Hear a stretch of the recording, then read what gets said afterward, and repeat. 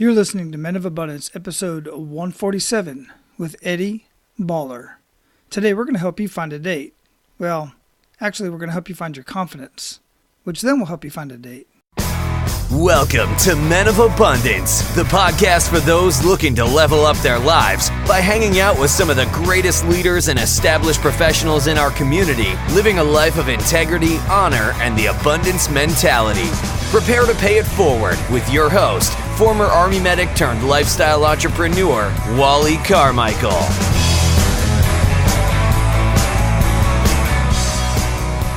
What up, all of you amazing, abundant leaders out there? I am Wally Carmichael, your founder and host of the Men of Abundance podcast, the Pay It Forward community. Today, we are talking about confidence, and when you get your confidence right, man, everything else just comes together. If you're looking for a date, which we talk about in this conversation, it's going to help you with that. If you're looking for a promotion, if you're looking to improve your business, if you're looking to start a business, if you're looking to do anything that you've lacked confidence in thus far, hopefully we're going to have a conversation today that's going to help you gain confidence and build your confidence, or you're going to end up working with Eddy, and he's going to show you how to build some confidence. In either case, this is a very important conversation for us to have. And men, you know this. Other men want to hear this conversation too, so do not be selfish. Be the opposite of selfish. Be the opposite of scarcity. Be abundant in your life today and pay it forward by sharing this episode with everyone you come in contact with. Share it on your Facebook feed. Share it on Twitter. Share it wherever you are on social media so that other men can find this conversation. And don't forget the ladies. Share it with the ladies as well. Some of them want to gain some of this confidence, but also they have men in their lives that need to gain this level of confidence. So do them all a favor and make sure you share this episode. Also, if you're not already subscribed to Men of Abundance, either on your favorite podcast player or on iTunes, do that so that you don't miss a single episode of Men of Abundance. Now I'm going to introduce Eddy to you real quick, but don't forget to hang around at the end where I'm going to share my thoughts about this conversation. And then you can share your thoughts either in the show notes at menofabundance.com/147, or men, you can join our private Facebook community, the Men of Abundance community, where we can have this conversation and continue these conversations about gaining confidence, having a much better relationship with your wife, with your kids, having a better relationship with your coworkers and your boss and your subordinates, those that work for you. We are having those kind of conversations and many other conversations that us men just have to have in the privacy of our own group. That's why I created the Men of Abundance community, so that we can have these conversations about living a life of abundance and getting out of the scarcity mindset so you can finally break through and have the life that you know you deserve. And men, you can gain access to the Men of Abundance community by going to menofabundance.com/members, or just click on the Members Only tab at the top of any one of the pages at menofabundance.com. I look forward to seeing you there. All right, our featured guest today is Eddy Baller. He is a personal development and dating coach for men. He helps guys to crush personal obstacles to become the kind of men women desire and men respect. As a guy who started out with social anxiety, health problems, and depression, Eddy knows what it takes to grow as a man and overcome life's challenges. You can learn much more about Eddy Baller at conquerandwin.com. Men, it is my honor to introduce you to Eddy Baller. Eddy, welcome to Men of Abundance, man. How you doing? I'm fantastic. Thanks for having me on. Oh, my pleasure. And again, as we were talking during the pre-show, I apologize for the confusion. We both have so much going on in our lives right now. I had to reschedule. You were gracious enough to reschedule, and here we are finally having this conversation. Yeah, no, it's good to connect. You have a great site and a great podcast going on. Yeah, I appreciate that, really. Where are you at in the world? I'm in Vancouver, Canada. Vancouver. I have not been to Canada yet. Do look forward to it. This is a good spot in the summer, except for right now it's been very smoky because of some wildfires on the interior. Not too close to Vancouver, but all the smoke's blown over here, so it's been looking pretty dreary, like I guess a bad air quality for a little while. Yeah, that's frustrating too, because we don't get a whole lot of that out here, but I grew up in Phoenix, and we used to get those brush fires all the time. They can be pretty scary. Oh yeah, yeah. Well, I'm glad they're not over here, but we're still getting the effects from all the fires on the interior of BC. Yeah, I get that. So before we get too much into this show, Eddie, I really like to start out with an attitude of gratitude. What do you have to be grateful for today? Family, great girlfriend, and a business. I just keeping maintaining good connections with everyone that I know. Wonderful. Yeah, that's very important. Absolutely. So before we got started here, I kind of went over your brief bio and a little bit about what you are doing, what you're doing professionally.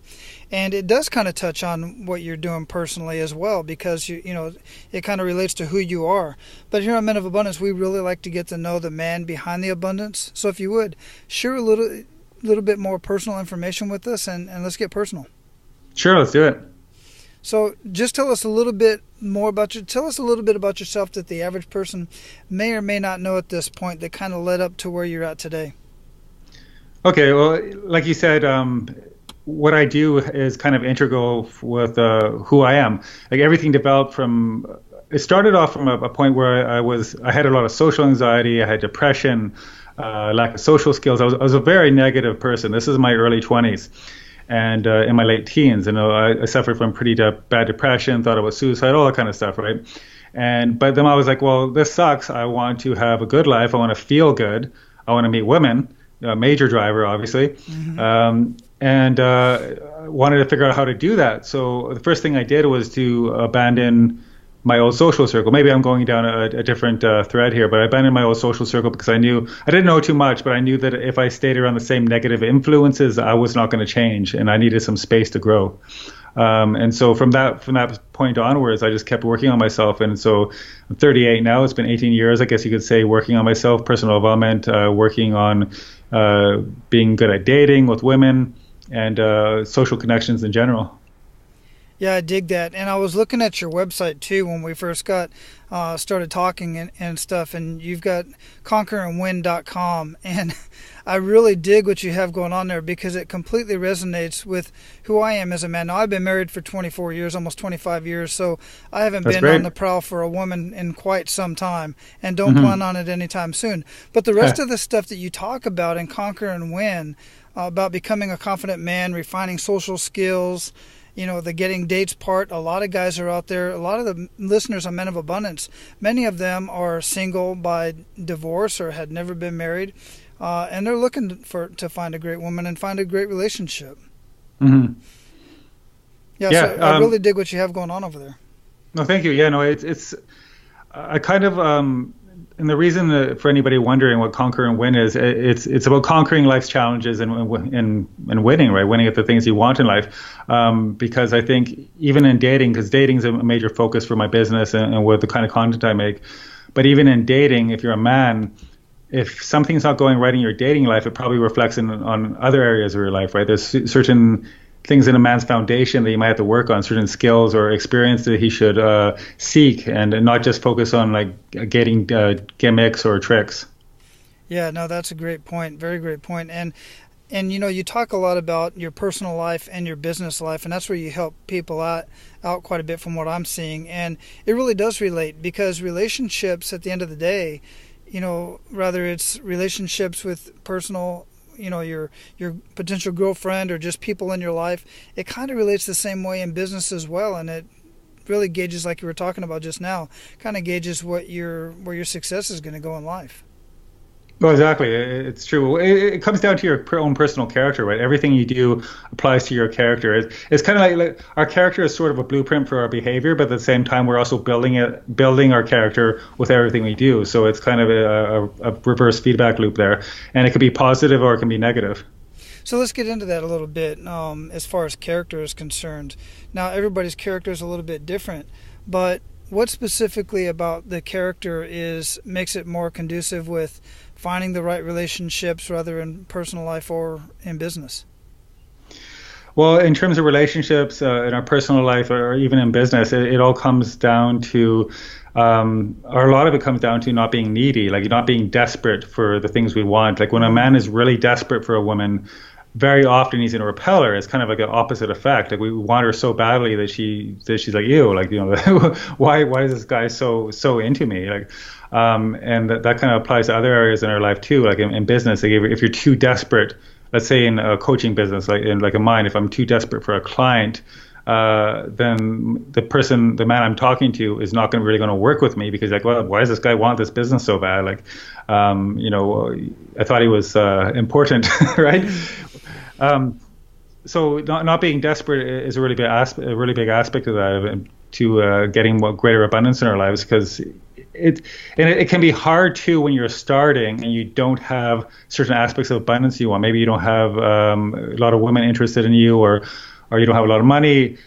It's from starting from that place. It's kind of like, it's kind of going backwards. Like you have to have the mindset first before you start getting all the abundance from, you know, either socially or financially. Yeah, absolutely. You definitely hit the nail on the head there. It really is all about mindset. And I'm finding this, I already knew this as I started this whole podcast and this whole abundance journey. And the more people that I talk to time and time again, over and over, the people that are successful in whatever it is that they're doing, and that doesn't relate to financial, if they want to be, you know, whatever it is in life, number one is the mindset. They always come back and realize that it was the mindset. And those that are struggling, they just struggle with the whole mindset piece about, well, you have the skills. You can have all the skills in the world. You can have all the information in the world, and you do. You have it at your fingertips on your smartphone. But the people that are making the difference and the people that are seeing success are the ones who have the mindset and the skills and the knowledge and the information. Yeah, it's a complete package. You need everything, and it's also at the same time, it's something you have to develop simultaneously. Like your mindset's going to be changing while you change your own personal character through your actions. So the things you do, you're going to start getting, you're going to get feedback from the people you deal with, or from your interactions, successes and failures. They're going to tell you something about yourself, and the way you deal with that is going to change the way you think. But it can go either way though. Like you could, like a man in the same situation could take it negatively and take on a bad mindset and develop a worse mindset, or a man can develop a good one and actually start prospering. Yeah, very interesting. You know, and it's kind of funny in that there's different scenarios where I can always remember back in high school when I wanted that particular girl, and as soon as I started dating somebody else, that, you know, I like her, it's cool, and we'll start dating and stuff like that. But there was this one girl that I wanted, and she just seemed inobtainable. And as soon as I started dating, my mind was off of that relationship because I was focused on this relationship that I'm in now. And at that point in time is when the other girl would start finding interest in me, or even other girls would start finding interest in me. And I found the same thing to happen in my professional life when I was in the military and I wanted to get promoted to Master Sergeant, and I was a Sergeant First Class for like 10 years. Well, about I don't know, 6 or 7 years in, I said, you know what, I'm not even going to focus on that anymore. I'm just going to focus on getting my job done, taking care of my soldiers and my subordinates, and doing it to the best of my ability, and not even be concerned about getting promoted. I'm done with that. Next thing I know, I got promoted. And so does that have any role as far as what you're talking about and the clients that you've worked with? Oh, totally. Yeah, it comes back to neediness and just having the right, you know, having a mindset where you're not desperate for these kind of things. You let them happen. And I don't want to make it sound like you just kind of sit back and then, you know, all this like great stuff comes your way. It's almost like that, but not quite. You still got to do the work. You just don't want to be desperate for the outcome. Right, exactly. And to point out what I was doing with the professional side anyway is look, you know, I was doing the work. I was working even harder because I wasn't focused on that promotion. I was really working just to get the job done and get it done well. And with the personal relationship, I was in a relationship, I guess, which showed the other girls that I was capable of having a relationship. I'm just, you know, throwing it out there. I don't even know the whole dynamic of it, but I just find it very interesting. Yeah, well, you made yourself more valuable too because you were off the market. So that's another factor there within dating. We all want the things we can't have, or where there's very little of it available. Yeah, very good point. Absolutely. So, you know, here at Men of Abundance as well, as we were talking about during the pre-show, we really like to get into that kick in the gut moment. And this is a time that I've found that many people that are doing anything significant in their life, many times it all got started because of some sort of a kick in the gut moment, a significant emotional event in their life. I would love for you to share one of those kick in the gut moments with us and really make us feel that. I guess when I first started my entire journey, back when I think I was about 20 years old maybe, and I just remember sitting somewhere outside of a school and just feeling extremely depressed. Like it's hard to put into words. There's like a deep sinking feeling in the chest where you just were absolute hopelessness.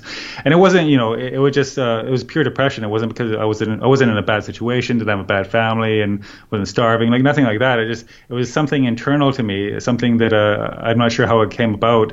But it was a very negative time in my life. And when I had that extremely bad, deep sinking feeling in my chest, I just thought, like, that's enough. Like I can't handle this anymore. I want to be happy, right? And I knew that I had, like I mentioned, my friends before. I had this. You have that kind of echo chamber where you're talking about the same things all the time. You're bouncing ideas off each other, but it's always the same ideas. Well, for me and my friends back then, it was always about how people sucked. It was always about how everything sucks. Everything's too expensive. Rich people suck. Everything sucks. And so this is, when I go hang out with them, this is what we talk about. We talk about how everything sucks. And then, after having one of those conversations, it affects you. You leave thinking about how everything sucks. You wake up in the morning, everything's kind of dreary. Like even it's almost like you get a negativity hangover after hanging out with people like this. You wake up the next morning, you're still negative. You're like, oh, like, geez, that was a rough night. but it was just from these conversations, these continuous horrible conversations. And it's tough to leave your only friends, and you think you like them, but in that situation, I thought, well, okay, this is the end of the line. I'm going to be a different person now. I started reading like Tony Robbins kind of stuff, and this stopped hanging out with my friends. Like, no big break. I just stopped calling them, stopped messaging them, and they eventually stopped calling me. And when it was obvious I was no longer available, and then I was like, okay, well, what the hell do I do now? Because now it's like being a man on an island, and I'm like, okay, well, I don't even know how to make friends now. So there was a lot to learn, but that deep that pain that was coming from inside was a really big driver. I just had enough of everything. Yeah, I get that. So what did you do next? At that point, I started kind of experimenting, I guess, try to figure out how to make friends, how to meet women. I started, making attempts to ask out girls who were associated with me through other connections. Had some success, and then just kind of branched out from there. Then working on my physical health was a really big one as well, because I also had health problems, which really made the whole depression thing a lot worse, right? Health problems don't help you in any area of your life. So I had to start dealing with my health problems. I started exercising, started going to the gym, lifting weights. I was running as well. The physical fitness and work, and also eating healthier food, made a really big difference, because I was not involved in any kind of fitness before that period of time, and I didn't really feed myself well. So that started changing slowly over time, and I saw that had a major effect. And just kind of along the way, I just kept trying to find things that worked better, or if I was still negative, or if things weren't working out the way I wanted them to work out, I tried to figure out why is that not working out, and I was always trying something new to make things work better in my life. Yeah, like what? Can you share an example of that? Let's see, what would be something specific? Well, for example, with my health. So the health was a really major one, and I had to get that taken care of. It turned out to be a thyroid issue. I had a slow thyroid, which in itself can cause depression, right? But even before I actually showed other symptoms of the thyroid issue, depression was there, but I'm not sure if that was related at the time. So I'm like, okay, well, how do I fix my thyroid? So I went to a lot of doctors. None of them were helpful at all. They were completely useless. In fact, before I even found out my thyroid had a problem, I went to many doctors because I was feeling sick all the time. And I was like, why do I have this extremely horrible exhaustion? And I know depression will cause fatigue as well, but this was beyond the scope of it was a very strange fatigue. I can't even describe it. It's just the energy was sucked out of my muscles. I had just no muscle energy. When I coped with that for a long time, and so I went to a lot of doctors. Nobody would even bother checking into it until finally I ran to this lady, this female doctor, who seemed like she cared, and that helped in itself. I was like, wow, this doctor actually cared. And so she looked at me with concerned look in her face, told her all the symptoms, the depression, like everything. And she's like, it sounds like a thyroid problem. I'm like, wow, that would be a new direction here. Let's find out about that. So got blood tests, found it was a thyroid problem. And then after that, unfortunately, it was more a rocky path with other doctors who also were useless. Went to a specialist, put me on medication for a few months, didn't work. It didn't work that he took me off the medication without actually changing my state. I still felt like crap. Obviously, the dose needed to be adjusted, but he's like, oh yeah, well, the test looks fine, so you're off, even though I was still feeling horrible. So at that point, I'm like, okay, well, I still have to fix my health. I still feel terrible. What do I do? So I kept working on diet, kept exercising. Finally, I discovered a supplement that helped me, and then after that point, things started really clearing up probably around the time I was 25 years old. Yeah, I get that. That's really interesting that you bring that up, because we've had several conversations here on Men of Abundance, and some recently with a pharmacist actually, who now he's more into natural health than he is to subscribing pharmaceuticals and stuff. And medicine is a practice, and a lot of people think that the doctors are the end all be all, and there are some very, very great doctors out there. I've been in the medical field for many years, and I know some very great doctors, but it's a practice. And you got to realize that, and you always have to do your own research. It's funny because every time my wife has a doctor, and he's a good friend of mine as well, I've worked with him, and he always knows when Tracy's coming to an appointment, he better be ready, because she does her research ahead of time in depth, and she knows, many times, and she'll let him talk. And then after, did you think about this, and did you think about that type of thing? So, and I realize not everybody has that kind of time, but we just really make time to do stuff like that in our life. I'm glad that it finally got figured out. And for the listeners out there, if you got some depression going on and you got some ailments and you can't figure out what the issue is, first thing I say is get some blood work done. Find out what's going on with you in your blood. Find out if anything like a thyroid problem can be diagnosed, and then start looking for some nutritionists and some other avenues to combat that and to help yourself out. I agree 100%. That's a great place to start for a man who has depression, is get the blood work done first to see if it's not an actual physical ailment, and it's not just pure negativity. It could be a bad thyroid. It could be other things too. Even a friend of my mother's changed her life when she started taking thyroid medication, because she was same thing, depressed, feeling tired all the time, all these different symptoms. There's a long list of symptoms for a slow thyroid. And she ended up getting on obviously the right dosage of thyroid medication, and it just changed her life. She was back to life, like came back from the dead, and living well. Excellent. Well, I know we're short here on time, Eddy, and I would like to really quick get a good news story, and then we're going to get into the pay it forward round really quick. So can you share us a good news story that you've had with one of your clients? You don't have to share any names or anything like that, but just some way that you helped a guy in his life in dating or business, or whichever one you think is fit for the conversation.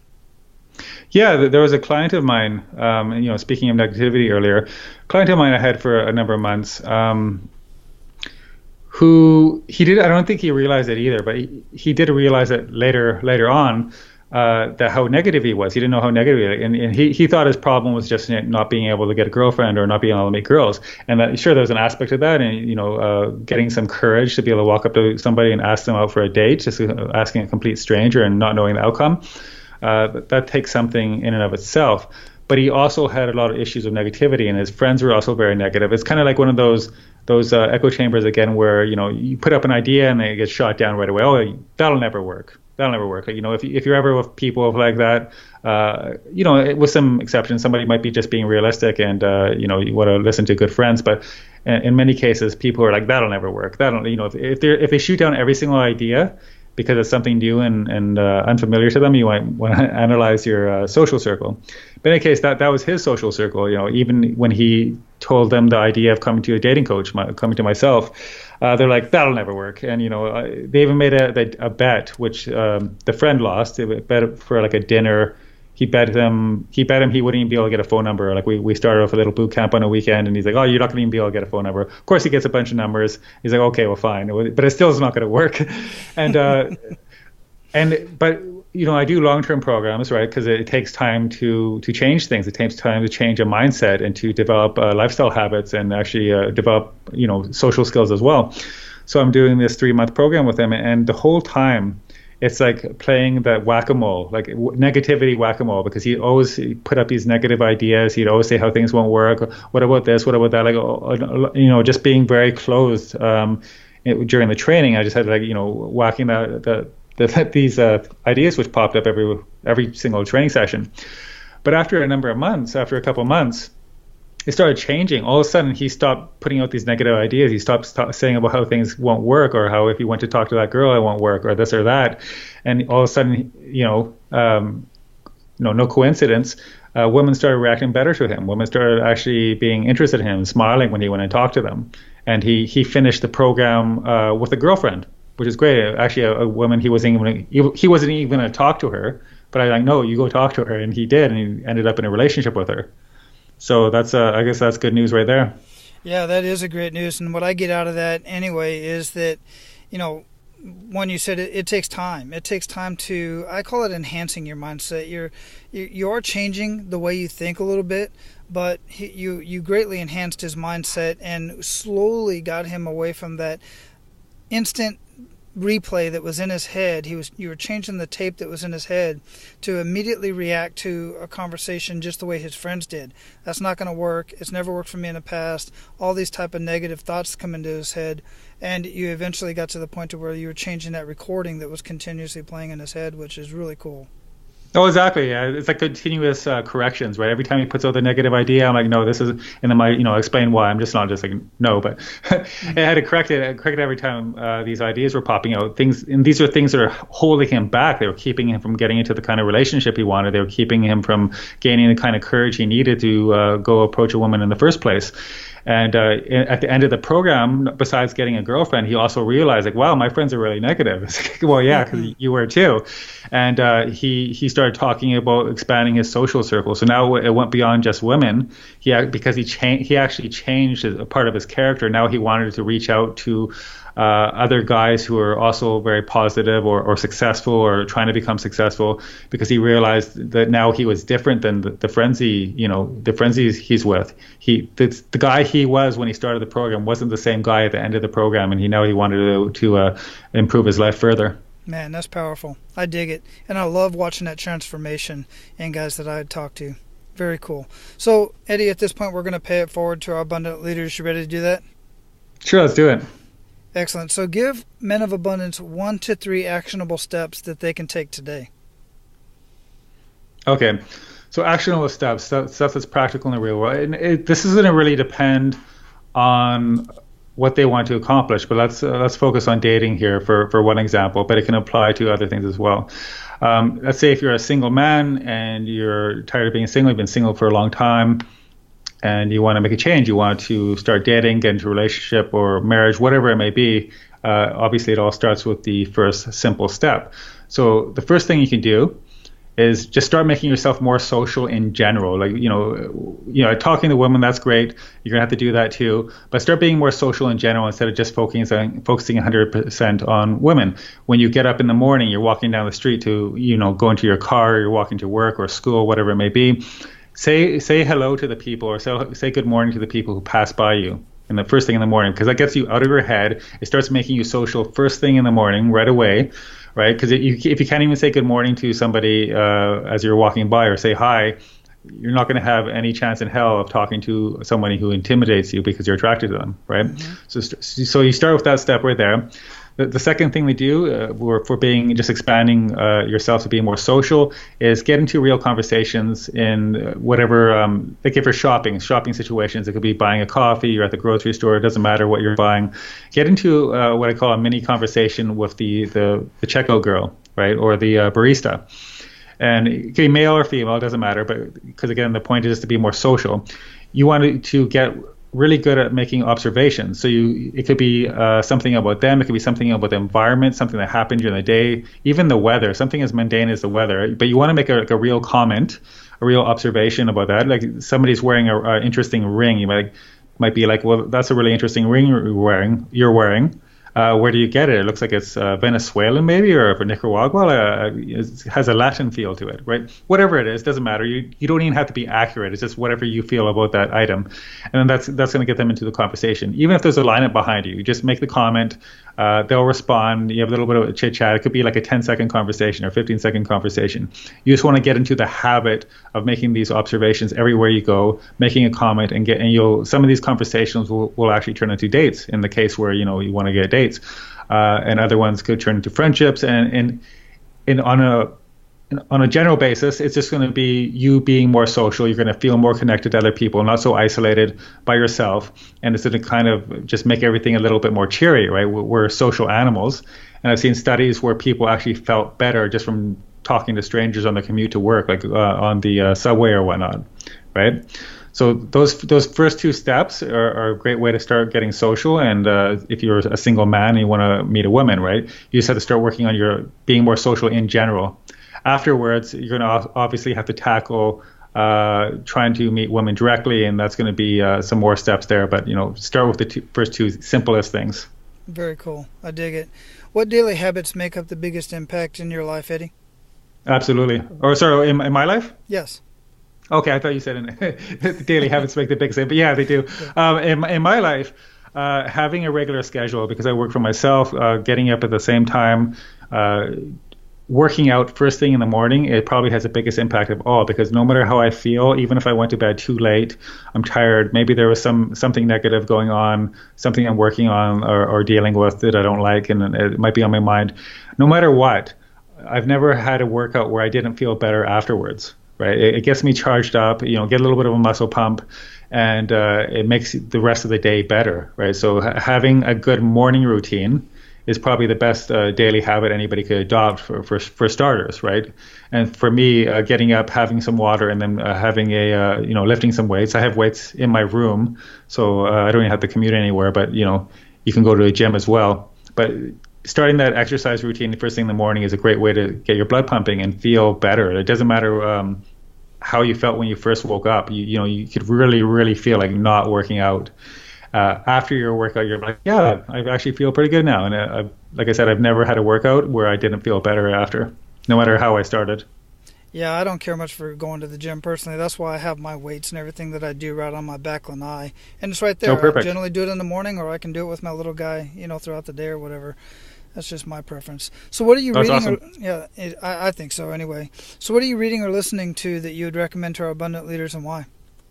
I just finished listening to an audio book, and I'm going to screw up the name here unless I can look it up. It's like it's about deep work. I think if somebody Googles deep work, that this guy is going to come up. I just finished the audiobook. I just don't know. I can't remember his name. But it was a really about distractions in our lives and how to eliminate certain distractions, including social media, your phone beeping at you and always having to be running, or even email. Looking at email too much can be very detrimental to our attention span, and it can ruin really quality focused work. And not just quality focused work, but it can also ruin our free time as well. If we're always checking back on our phone or giving into little distractions, which we habituate ourselves to, right? We make a daily habit of giving into these distractions, and it really lowers the quality of our attention spans and our work and our free time in general. Yeah, that's a great book, really good book. It comes highly recommended by many very productive and very successful people. That's Cal Newport is the author of Deep Work, and it's a great book.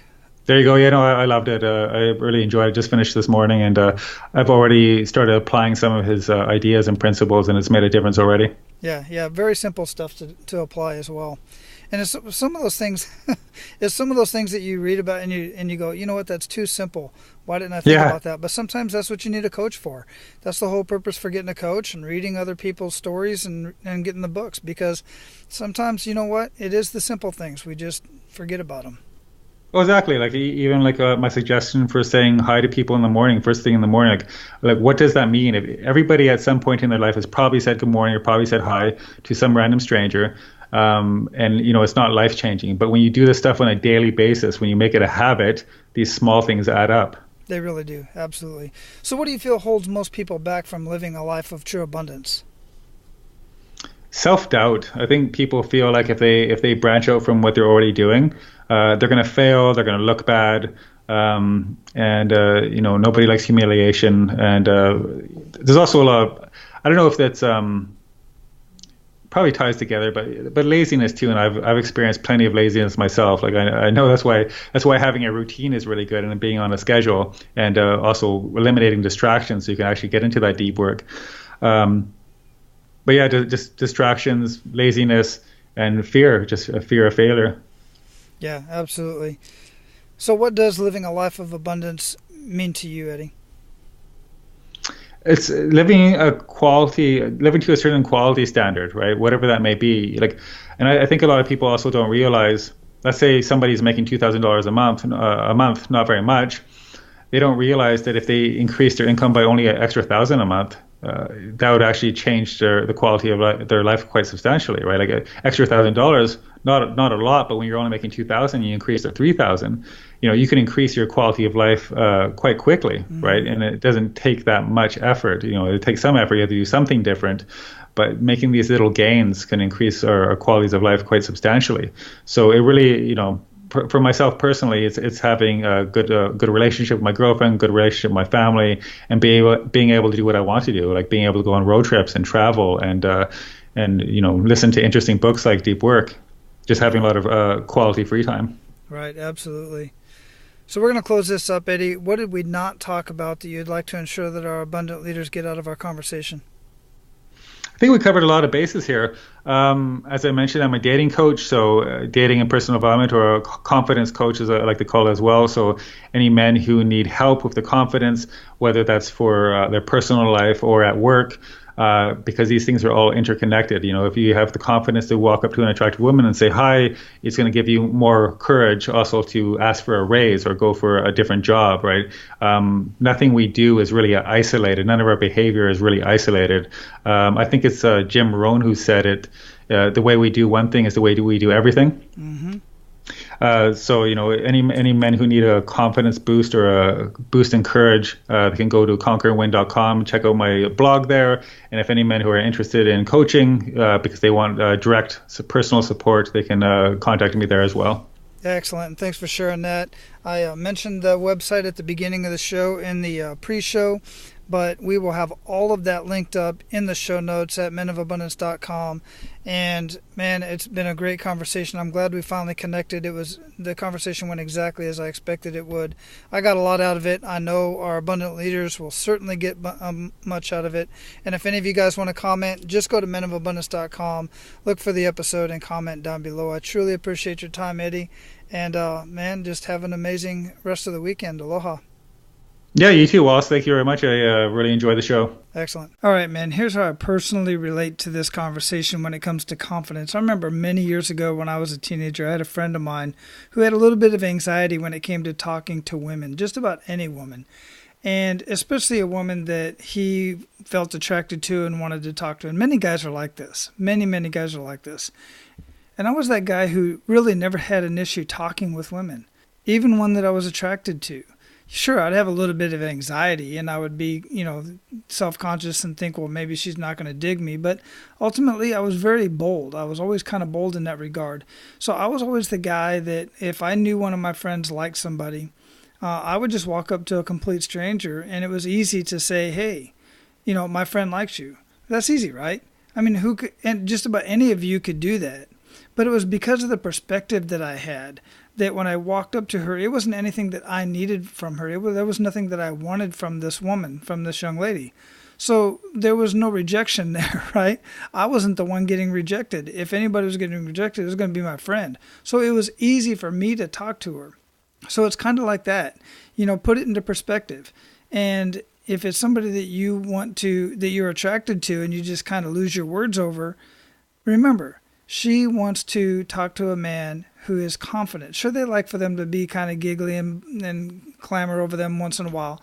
But when it comes down to it, they might think it's cute that you do that, but they won't want to date you because they want to date confidence. And that's what I got out of this conversation with Eddy, and that's what I get out of my own personal experiences as it pertains to not just women, but also asking for a raise or saying I want this particular job, or I want to do this particular project, or I want to work with a particular client. I have no problem talking with somebody in reference to that because I know the confidence that I have and I know what I bring to the table. So again, guys, we can have this conversation and continue this conversation at our Men of Abundance community Facebook group. Just go to menofabundance.com/members, get access to that group, and let's continue this conversation. Let's see if we can help you gain the confidence that you need for whatever it is that you want to move forward with in your life. Now, go out and live your life of abundance and make sure to pay it forward. That's all for today, Abundance Leaders. For more about our guests and the powerful information we shared with you today, be sure to sign up for our mailing list at menofabundance.com. We appreciate your time and look forward to hanging out with you on our next episode. So until then, be sure to pay it forward and live your life of abundance.